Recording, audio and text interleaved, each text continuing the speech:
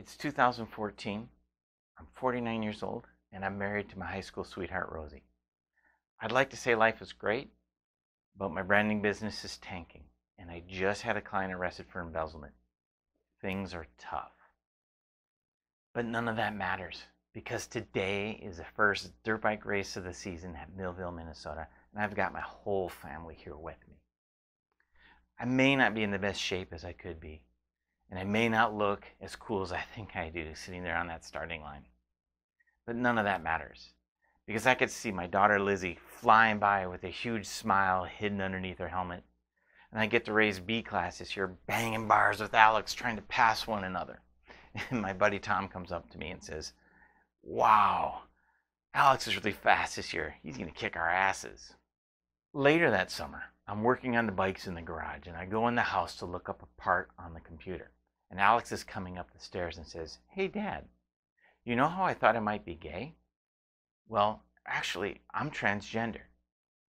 And I said, "Well, okay, Alex, but that doesn't change how I feel about you." Then later, I'm out in the garage putting a spark plug back in my engine, and I thought to myself, I should probably look up what transgender means. Then later that night, Rosie and I Googled the definition, and it's the person whose sense of personal identity and gender does not relate to their birth sex. And we both look at each other and go, okay. That next spring, Alex comes home from college, and she's got long hair, and it's even colored.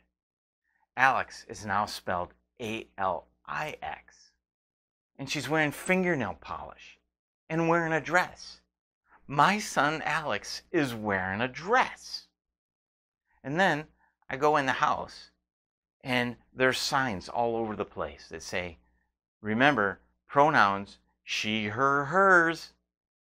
That fall, Alex goes back to college. Then later that year, about 3 weeks before the end of the school year, Rosie and I are sitting in the office and the phone rings. Suddenly, I see Rosie's face change as she's talking on the phone, so I reach over and I push the speaker button, and it's Alex crying. And Alex says, "Mom, I don't know if I can do this anymore.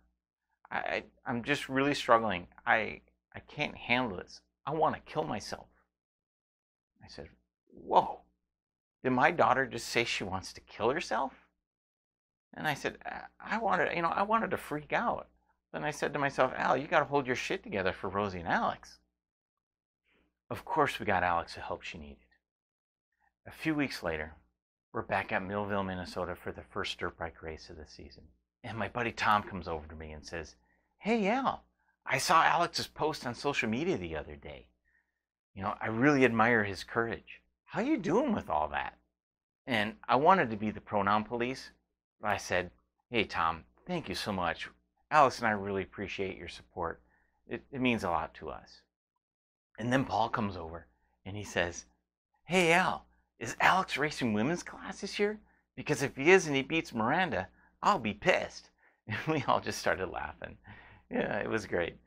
And it was also at that moment that I knew everything was going to be okay for me and my family, as well as my business.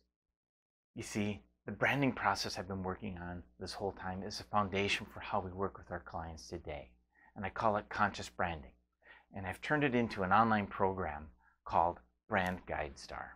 Marketing and branding get very complicated quickly if you don't have a clear vision and purpose for your business, or even a marketing strategy and plan to get you seen and heard by your ideal customers, or a compelling story to tell your customers for why they should buy from you. That's why I created the Brand GuideStar program, to help you navigate one of the most complex yet most critical aspects of your business. So enroll for the Brand GuideStar program today and go from surviving to thriving.